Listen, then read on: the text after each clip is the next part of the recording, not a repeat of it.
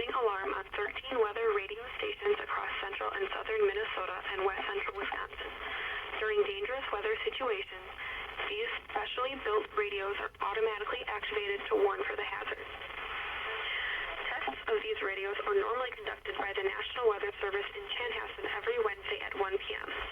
If severe weather threatens the area near the normal test time, the test will be postponed until the next good weather day. The warning alarm will be activated for selected watches, warnings, and statements affecting central and southern Minnesota and west central Wisconsin. This concludes the test of the warning system. We now return to normal programming.